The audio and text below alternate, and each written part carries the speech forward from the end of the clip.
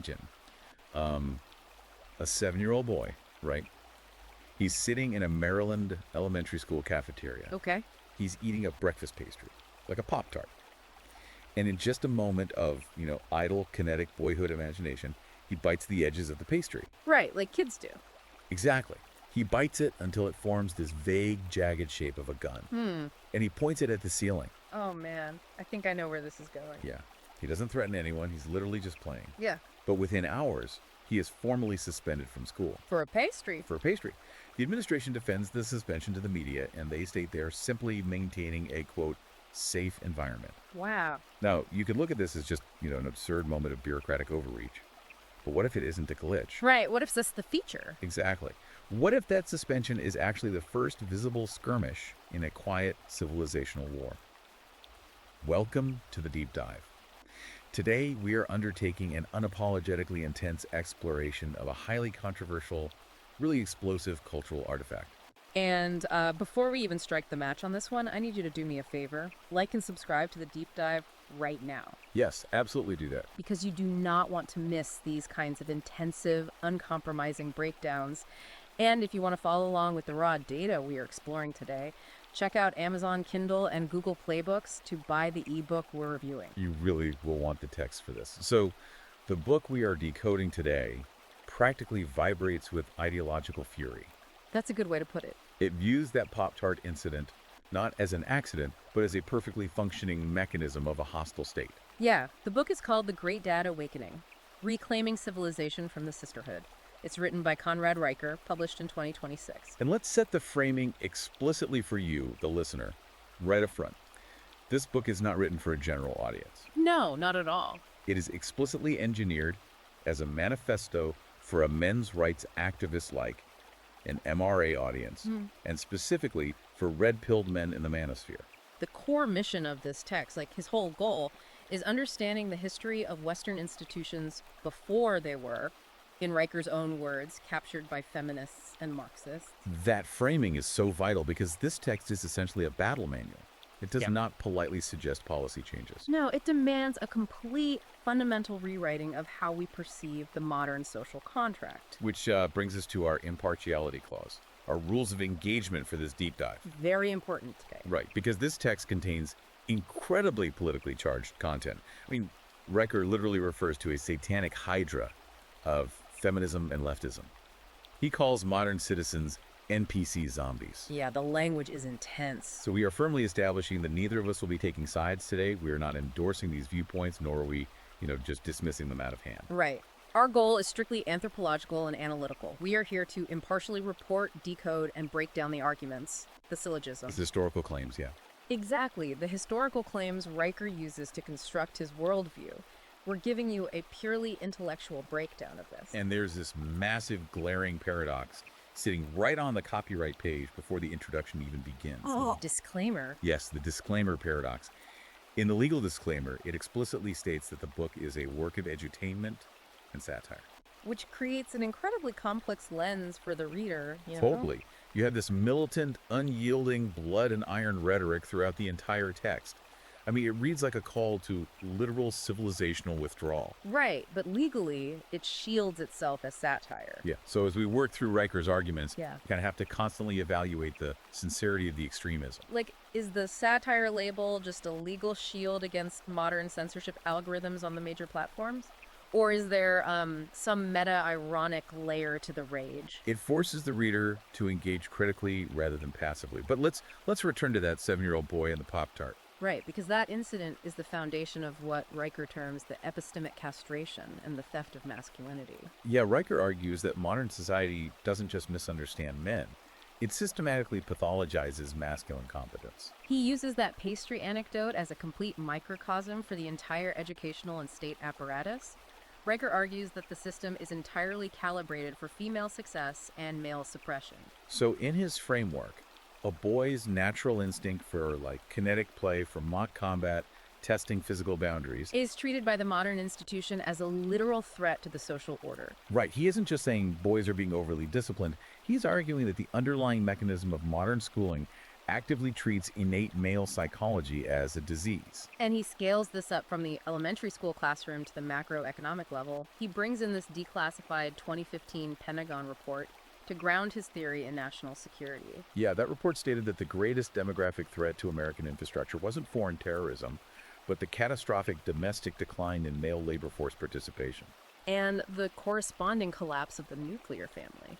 Riker uses that Pentagon data to, validate the deep, grinding frustration men feel.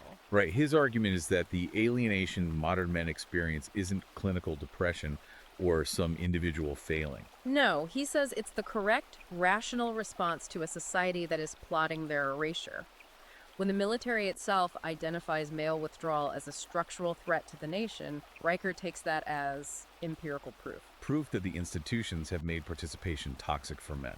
Which brings us to how Riker handles the everyday economic realities men face. Specifically, the mainstream narrative of the gender wage gap. Oh yeah, Riker completely attacks this. He calls it a statistical fraud based on the false cause fallacy, or cum hoc ergo propter hoc. Let's break down that fallacy so you, the listener, understand exactly how Riker applies it. Cum hoc ergo propter hoc translates to with this, therefore because of this. Right. So if you notice that ice cream sales and shark attacks both go up in July, you might falsely conclude that eating ice cream causes shark attacks.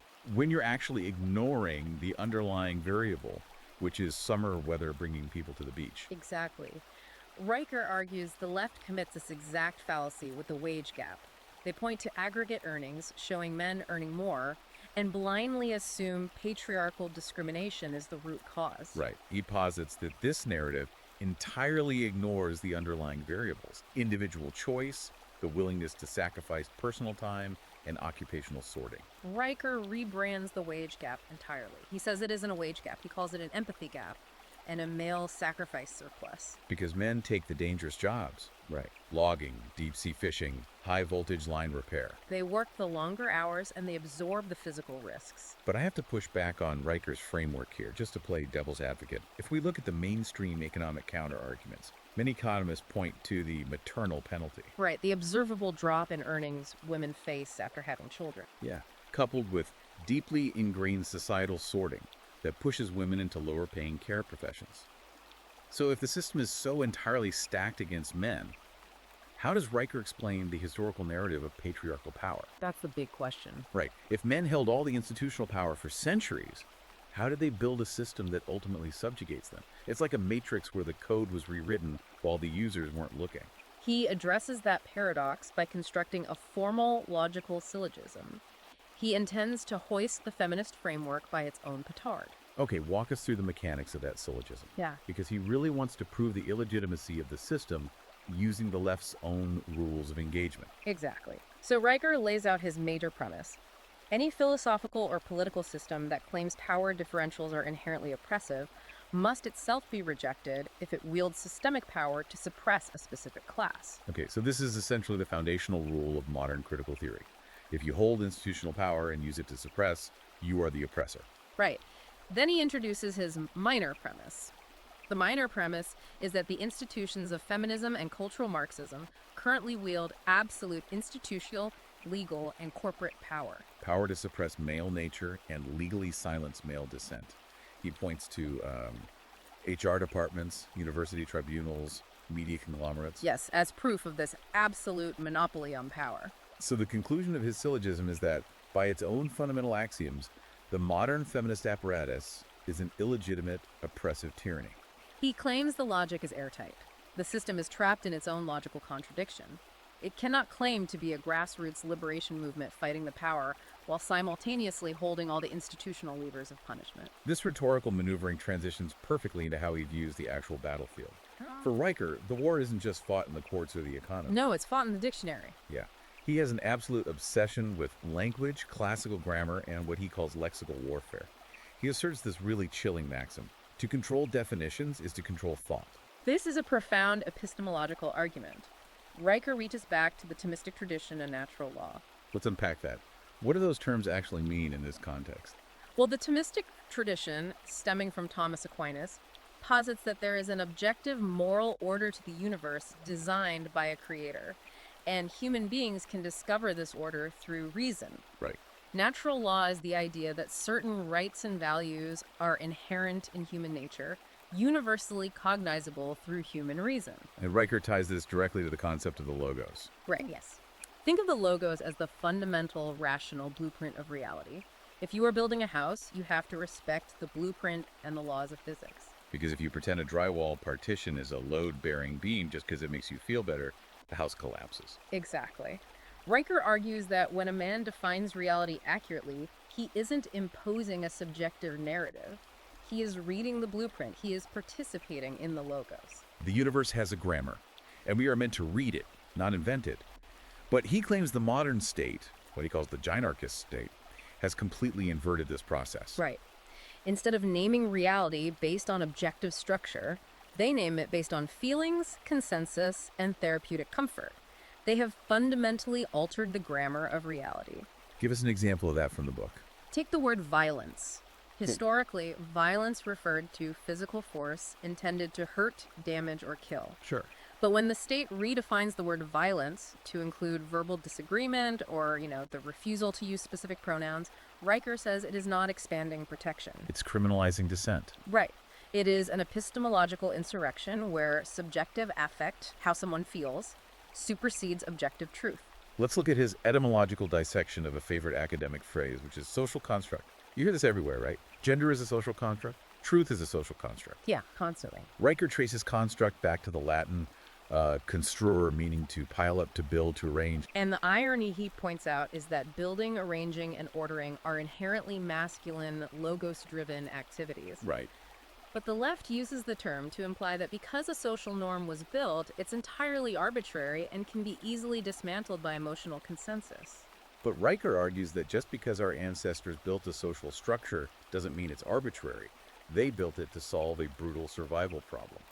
Exactly. But, Riker walks right into a fascinating logical trap here regarding patriarchy. Right, think about it. If gender roles and patriarchy are merely a social construct imposed by power, then historically women must have consented to or at least collaborated with them for millennia. Which completely undermines the idea of perpetual historical subjugation. Right. Conversely, if these roles are biological and not a construct, then patriarchy is justified by nature itself. It's a catch-22. How does Riker use this to dismantle academic feminist theory? He uses that exact dichotomy to prove the feminist historical narrative disintegrates either way you look at it. If social conditioning is all powerful, then women are complicit co-creators of the system. And if biology is a hard reality, then patriarchal specialization was an evolutionary necessity, not a crime. Exactly. But the deeper layer here is how he contrasts the left's communication style with the ancients. He says the left relies on emotional sophistry and what they call dialogue. And he has a really brutal definition of modern dialogue. He defines it as a therapeutic affirmation of delusion. In Riker's view, modern dialogue is a safe space where objective reality is asked to sit in the corner while emotional incontinence demands a round of applause. That is quite a visual. Right. The goal of modern dialogue isn't truth. It's the equalization of feelings. He contrasts this with classical dialectic. Dialectic being the ruthless clash of logical arguments. Precisely. Dialectic is a crucible. It is designed to burn away falsehood and approximate the truth through friction. Riker says dialectic is the tool of the father. Dialogue is the trap of the mother. Wow. And this philosophical grounding leads us directly into the belly of the beast, the education system. We asked earlier how the institutions got captured. Riker points a massive unwavering finger at the schools. He calls this the feminized classroom and the eradication of boys. Again, he starts with the etymology.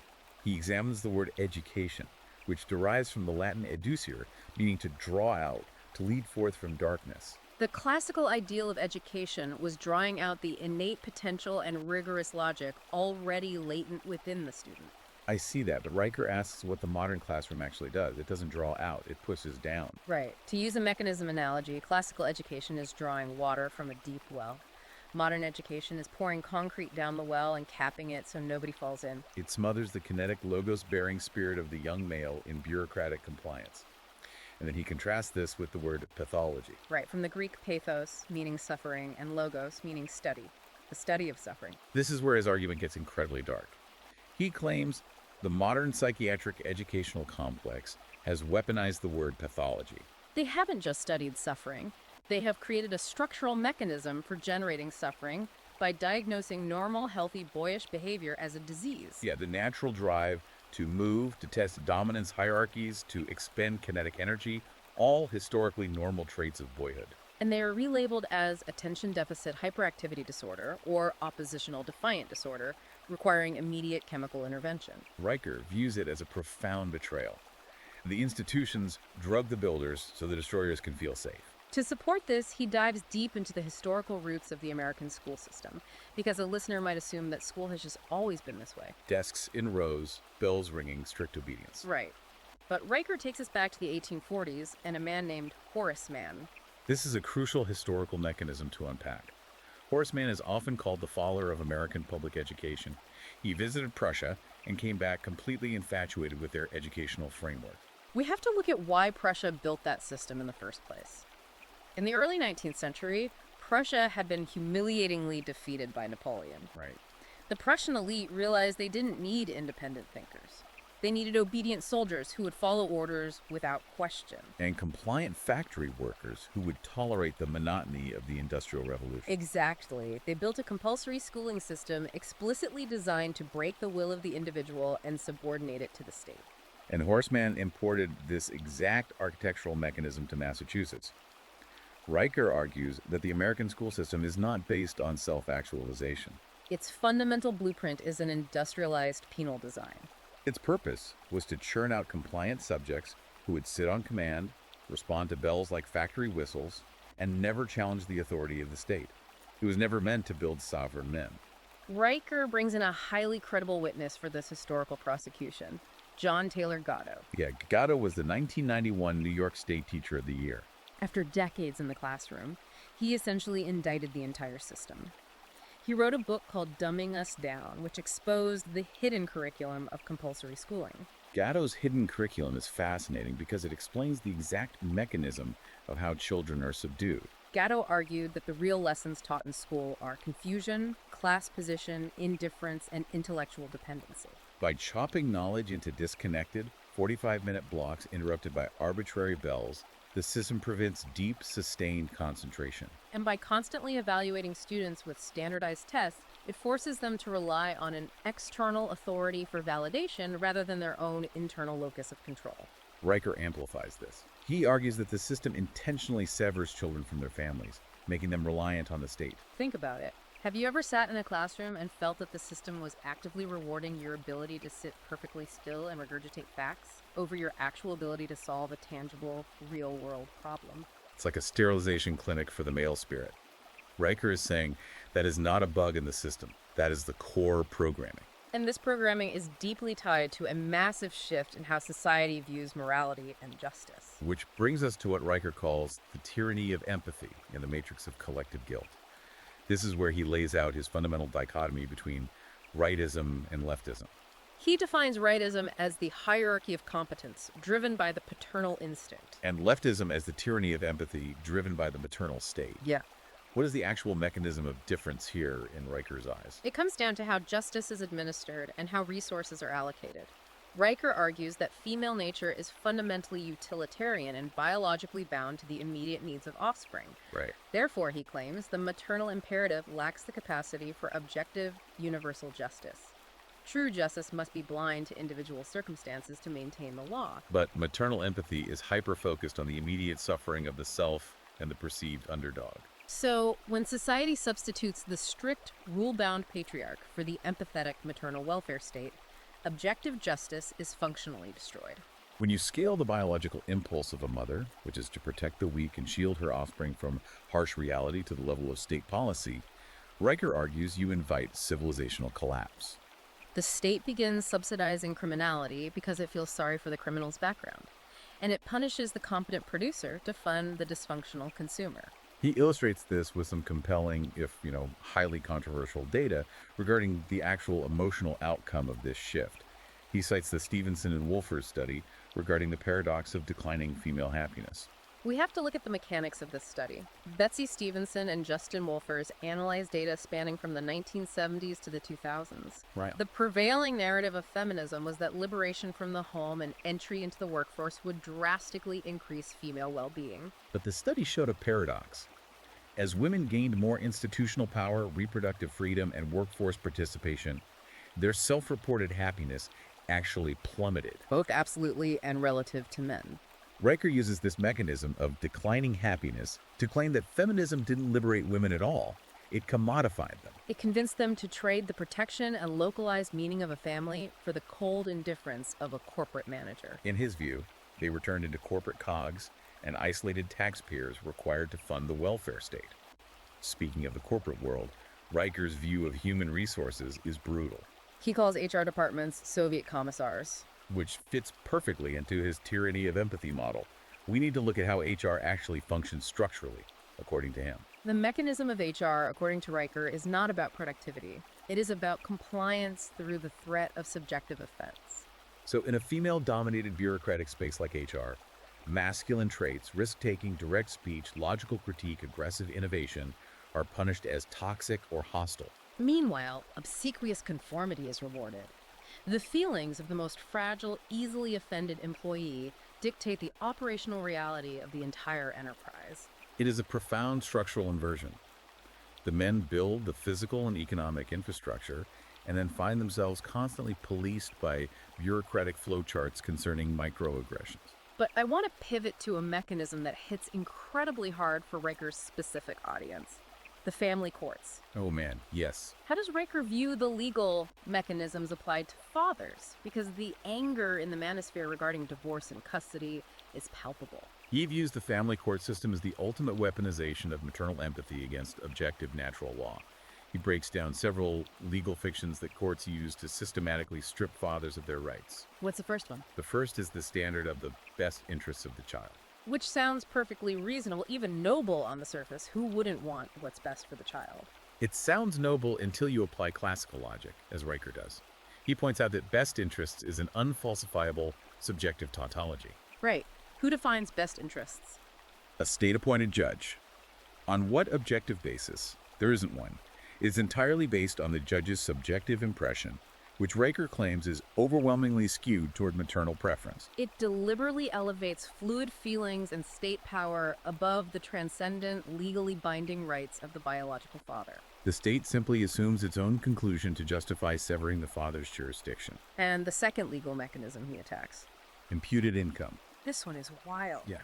This is a mechanism where a judge assigns an earning potential to a father based on his past employment, his degrees, or historical averages completely, regardless of his current economic reality. So if a man's industry collapses, or his health fails, or he simply chooses a less stressful career, the court still demands child support and alimony based on his peak hypothetical earnings. Riker calls this logically bankrupt taxation without representation. He argues it punishes men for their adaptability and exacts a toll on their very life force. Forcing them into indentured servitude to fund a lifestyle for an ex-wife they didn't choose to leave. It is the state plundering the builder to fund the destroyer. And this relentless prioritization of empathy, subjective feelings, and bureaucratic equity over harsh objective reality leads us straight into Riker's warnings about physical infrastructure. Yeah, chapter 11. His argument here is that this isn't just about culture wars or hurt feelings in a corporate boardroom.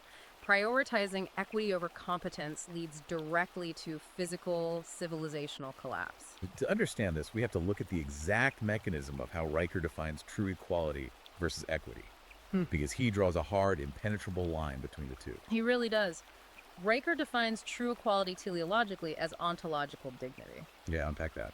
Ontological dignity means that by virtue of simply existing as a human being, every soul has equal dignity before God and equal standing before the blind scales of the law. You have the right to a fair trial, the right to property, the right to speak. But equity, he argues, is a Marxist trap. Equity abandons equal opportunity and demands identical outcomes from unequal inputs. So if Group A and Group B do not have the exact same representation in a highly specialized field, equity assumes malicious discrimination and demands structural intervention. But the mechanism of achieving identical outcomes is destructive. You cannot mandate brilliance. You cannot magically raise the incompetent to the level of the master. Therefore, the only mathematical way to achieve equity is to drag the master down to the level of the incompetent. Riker warns that this ideology of equity is actively replacing what he calls the mastery ladder. The mastery ladder is the rigorous, hierarchical, merit-based path of apprenticeship. Think of the mastery ladder like a massive, load-bearing architectural column holding up a skyscraper. In the real world, the column either holds the weight or everyone dies. The mastery ladder demands that success be objectively measurable by reality. He walks the listener through some devastating real-world examples to prove his point that when you compromise the load-bearing column for the sake of decorative equity, things fall apart. Let's look at the criminal justice system first. He points to progressive district attorney Chesa Boudin in San Francisco. Right, but Boudin implemented policies that essentially decriminalized retail theft under a certain monetary threshold. What is the mechanism behind that policy? The policy was driven by empathy for the socioeconomic trauma of the criminal. The logic was that prosecuting low-level theft disproportionately harms marginalized communities. Riker views this as pathological empathy weaponized against the law-abiding citizen. By prioritizing the emotional comfort and theoretical trauma of the predator over the hard-earned property rights of the producer, the state deliberately dissolves the social contract. It removes the friction of consequence. But it goes far beyond just social policy in a single city. It bleeds into engineering and physics. Riker cites the Florida International University, or FIU, pedestrian bridge collapse in 2018. Which tragically killed 6 people. We need to look at the specifics of how Riker analyzes this disaster. The bridge project was highly publicized in advance as a triumph of diversity and female-led engineering. But when the bridge collapsed, the NTSB investigation found critical errors in the design calculations regarding the sheer strength of a specific structural node. Riker connects this specific calculation error directly to the culture of equity. He argues that when an institution prioritizes diversity initiatives and PR over ruthless, unforgiving competence, fundamental structural redundancy is lost. The rigorous, often combative masculine oversight required to challenge a flawed design is suppressed because challenging the diverse team might be perceived as hostile or unsupportive. He applies the exact same structural critique to the Boeing 737 MX disasters. The mechanism of failure there involved the MCS software. It was implemented to secretly compensate for the physical aerodynamic flaws introduced by placing larger engines further forward on the wing. Riker argues that complex, unforgiving aeronautical engineering was subordinated to software patches and financial timelines, all while the corporate culture was publicly prioritizing diversity, equity, and inclusion initiatives over ruthless mechanical competence. You cannot argue critical theory with gravity. A properly welded joint either holds the pressure or it bursts. The structural integrity of an airplane wing does not care about your lived experience or your company's inclusion rating. If we connect this to the broader philosophical picture, it brings to mind the principle of Chesterton's fence, articulated by the writer G.K. Chesterton. Yes. The principle states that if you come across a fence in the middle of a field, you should never tear it down until you fully understand why it was built in the first place. You don't remove a structure until you know its purpose. Riker applies Chesterton's fence directly to the patriarchy and the traditional nuclear family. In his view, they are the fences. They are highly evolved, stress-tested fences built by our ancestors to protect human civilization from the chaotic, violent abyss of human depravity. The modern feminists and Marxists demand the dismantling of these historical structures without understanding the barbarism they were designed to keep out. Riker has a vivid metaphor for this. He says patriarchy is the hospital that cures the disease of societal chaos. The modern feminist response is to raise the hospital to the ground and declare the rubble a form of liberation. We have outlined the disease, the symptoms, and the mechanisms of systemic collapse. Now we reach the actionable climax of the book, chapters 14, 15, and 16. How does the red-pilled man actually escape this matrix? The first step is purely internal and psychological. Riker demands that men utterly reject the original sin of inherited privilege and systemic oppression. He calls the concept of inherited historical guilt a pseudo-religious cult designed to extract unending penance from competent men. He labels it a false cause fallacy to assume that a disparity of outcome today proves a rigged system built by your ancestors. He argues a man is responsible solely for his own actions, not historical phantoms. You cannot build a future if you are constantly apologizing for the past. Once you reject the guilt, what is the proactive mechanism of escape? He introduces a concept he calls Dadism. Dadism is the strict, unapologetic imposition of order. Riker uses a brilliant mechanism of creation to explain this. He says true masculine creation is fundamentally a subtractive process. Like a sculptor working with stone. Yes, think of Michelangelo approaching a block of marble. The statue of David is already inside. The master sculptor does not add anything. He subtracts the worthless debris. He chips away the stone to reveal the perfection within, and he never apologizes to the marble for the violence of the chisel. Similarly, a Dadist father does not apologize for removing degenerate, chaotic influences from his household. He imposes order by subtracting the chaos. He restricts the screens. He controls the inputs. He curates the environment. Let's bring this down to earth with one of the most memorable stories in the text, the story of Marcus. Right. Marcus is a father who discovers his son is being subjected to what Riker calls psychological grooming and inclusive environment programs at his public school. What does Marcus do? Most modern parents would go to the school board and politely complain or beg for an exemption. They would try to open a dialogue. But Marcus does not beg. Marcus goes in like a tactician. He uses cold syllogistic logic at the microphone. He lays out a devastating argument regarding jurisdiction. He states, if the school teaches ideological untruths regarding human biology, and untruths harm the child's developing soul, and the biological father is the primary divinely appointed guardian of the child's soul, then the school's jurisdiction is entirely void. He rips his son out of the program on the spot, establishing an impenetrable boundary. What Marcus is doing is establishing absolute jurisdiction over his bloodline. He is fundamentally refusing the premise that the state, the school board, or the community is the ultimate parent. And Riker points to the real-world success of this kind of withdrawal.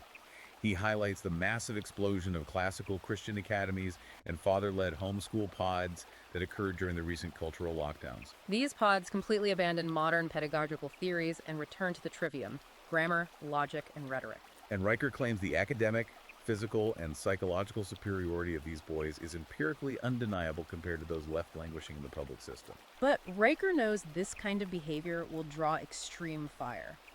When a man acts like Marcus, when he asserts absolute, unyielding authority, society immediately labels him as toxic, overbearing, or abusive. Right, but Riker doesn't shy away from this. He leans entirely into it. He embraces a concept he calls patriarchal terror. This is a masterclass in lexical warfare, reclaiming the enemy's language. The left uses patriarchal terror as a slur to keep men cowering in guilt, terrified of being seen as oppressive. Riker reclaims it as the supreme virtue, but explain the mechanism of that. How can terror be a virtue? Riker compares the mechanism of patriarchal terror to the function of a military drill sergeant. A healthy civilization, he argues, requires a strict hierarchy of fear and respect. The developing mind of a child reads a raised voice, a display of absolute unyielding authority as a signal of mortal consequence. The drill sergeant roars because a mistake in combat costs physical lives. The patriarch roars because a mistake in character costs the soul. It is the necessary shock to the system. Exactly. It is meant to protect the child from ideological possession and physical danger. Patriarchal terror is only terrifying to the degenerate, the Marxist, and the predator. To a child, the strict, terrifying boundaries set by a capable father are the greatest safeguard they can know. It provides the structure within which they can safely grow. This raises the ultimate question for you, the listener. What is the end game for the Dadist? If millions of men adopt this militant, subtractive mindset, where does it actually lead? The endgame is a strategic, total withdrawal of intellectual and financial consent from the state. Riker commands his readers to starve the beast. You cannot legally evade all taxes, but you can rigorously deny the state your children's data, your social validation, your volunteer hours, and your intellectual compliance. By isolating the state's influence and building sovereign, private networks of apprenticeship, physical fitness, and classical study, the matrix of the maternal state slowly starves. The ultimate goal is to restore the logos by building parallel structures that outlast the collapse. Which brings us to the end of our deep dive. I want to leave you, the listener, with a final provocative thought to mull over.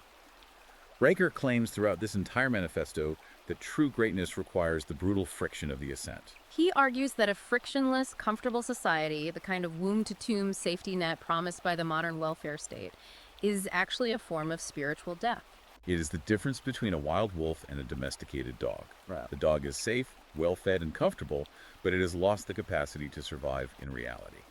Now, regardless of how you view Riker's intensely militant politics, his absolute rejection of empathy as a governing virtue, or his severe views on gender, his core argument forces you to confront a deeply uncomfortable question about your own life. Look at the structures you rely on. Has our modern, relentless pursuit of safety, convenience, and emotional comfort accidentally anesthetized our fundamental human drive to build, to struggle, and to achieve true greatness? Are we suffocating under the weight of our own safety? It is a question that demands you examine whether you are an active participant in reality, building the load-bearing columns of your own life, or merely a passive consumer waiting for the roof to cave in. If you want to dive into the raw data, the uncompromising logic, and the intense historical analysis we decoding today, I highly encourage you to check out Amazon Kindle and Google Play books to buy The Great Data Awakening by Conrad Riker. See the mechanisms of his argument for yourself.